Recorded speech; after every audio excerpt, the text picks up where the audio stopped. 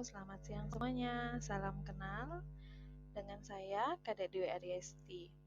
Selamat bergabung dalam Prodi Kebidanan Universitas Citra Bangka ya. Semoga kita bisa bekerja sama dengan baik dalam mata kuliah sosial budaya ini.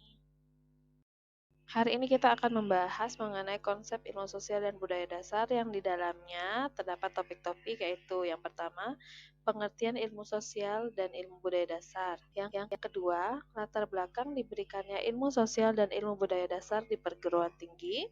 Yang ketiga, pokok bahasan ilmu sosial dan ilmu budaya dasar. Yang keempat, masalah sosial. Dan yang terakhir adalah hakikat dan ruang lingkup ilmu sosial dasar dan ilmu budaya dasar. Pengertian ilmu sosial dasar. Ilmu sosial dasar adalah ilmu pengetahuan yang mempelajari atau menelaah tentang masalah sosial di dalam sebuah masyarakat yang diharapkan dapat memberikan pengetahuan dasar dan pengertian umum tentang konsep-konsep yang dikembangkan untuk mengkaji masalah manusia. Alasan inilah yang menjadikan pelajaran ilmu sosial dasar ini diberikan kepada mahasiswa sebagai mata kuliah umum. Diharapkan setelah mempelajari ilmu sosial dasar, mahasiswa mampu mengembangkan dan mengkaji gejala-gejala sosial agar daya tanggap, persepsi, dan penalaran mahasiswa dalam menghadapi lingkungan sosialnya semakin meningkat.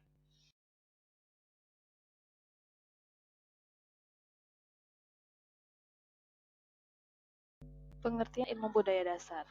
Ilmu budaya dasar atau IBD adalah suatu ilmu yang mempelajari dasar-dasar dan pengertian tentang konsep yang dikembangkan untuk mengkaji masalah-masalah kebudayaan.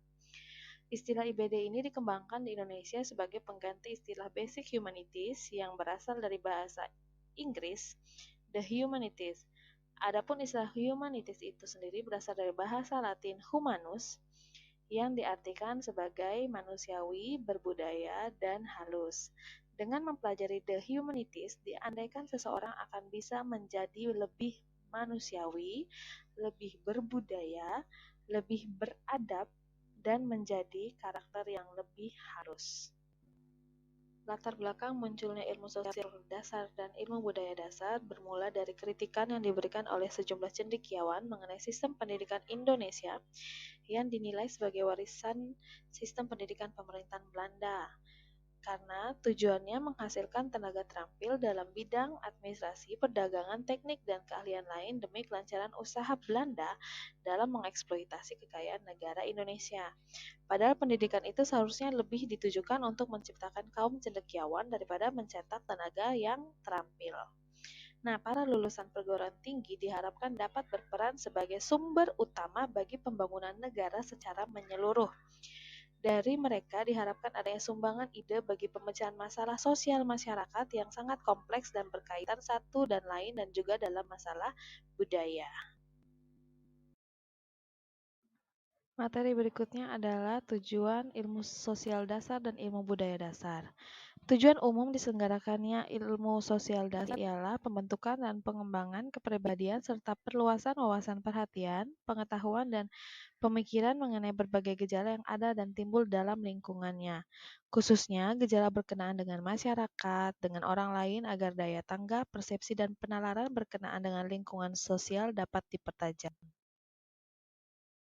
Adapun tujuan khusus dari diselenggarakannya mata kuliah ilmu sosial dasar yaitu yang pertama, memahami dan menyadari adanya kenyataan-kenyataan sosial dan masalah-masalah sosial yang akan selalu ada dalam masyarakat. Yang kedua, peka terhadap masalah-masalah sosial dan tanggap untuk ikut serta dalam usaha-usaha menanggulanginya. Yang ketiga, menyadari bahwa setiap masalah sosial yang timbul dalam masyarakat selalu bersifat kompleks dan kita hanya dapat mendekatinya dengan cara mempelajarinya. Yang keempat, memahami jalan pikiran para ahli dalam bidang ilmu pengetahuan lain dan dapat berkomunikasi dengan mereka dalam rangka penanggulangan masalah sosial yang timbul dalam masyarakat.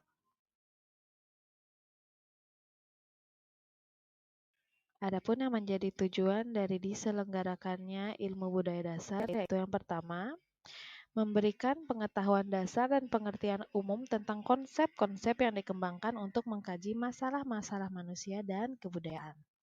Yang kedua, mengembangkan kepribadian mahasiswa dengan cara memperluas wawasan pemikiran serta kemampuan kritikalnya terhadap nilai-nilai budaya, baik yang menyangkut orang lain dan alam sekitarnya maupun yang menyangkut diri sendiri.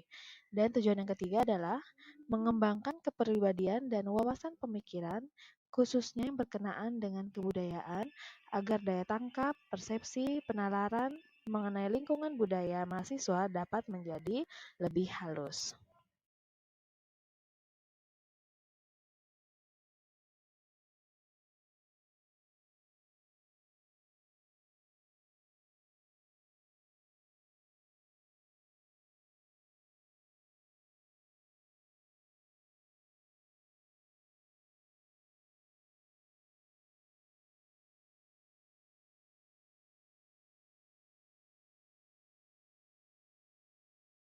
Materi yang akan kita bahas selanjutnya adalah mengenai masalah-masalah sosial.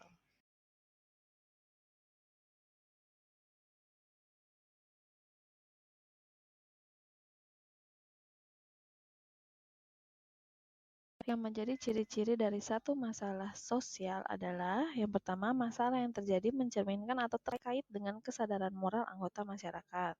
Yang kedua, keresahan umum menggambarkan telah terbentuk persamaan persepsi terhadap ancaman yang ditimbulkan dari satu masalah.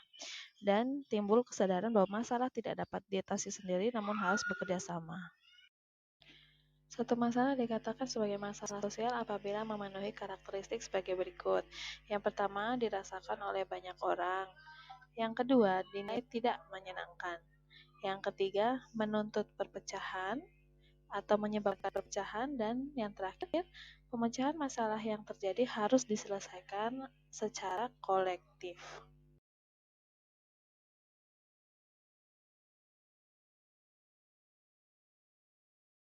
Adapun faktor-faktor yang menyebabkan masalah sosial ada 4, yaitu yang pertama, faktor ekonomi.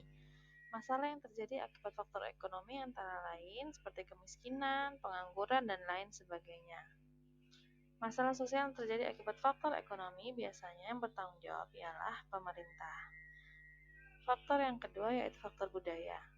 Kebudayaan yang semakin berkembang dalam masyarakat akan memiliki peran yang dapat menimbulkan satu masalah sosial. Masalah sosial yang disebabkan oleh faktor budaya antara lain perceraian, pernikahan usia dini, dan lain sebagainya.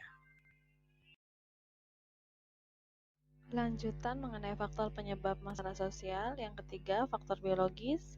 Masalah sosial yang terjadi karena faktor biologis antara lain kurang gizi, penyakit menular, dan lain-lain. Semua masalah sosial tersebut dapat terjadi akibat kurangnya fasilitas kesehatan yang memadai dan layak, kondisi ekonomi, dan juga pendidikan masyarakat yang tidak terpenuhi. Faktor yang keempat yaitu faktor psikologis. Masalah sosial juga dapat terjadi akibat faktor psikologis masyarakat yang sangat lemah.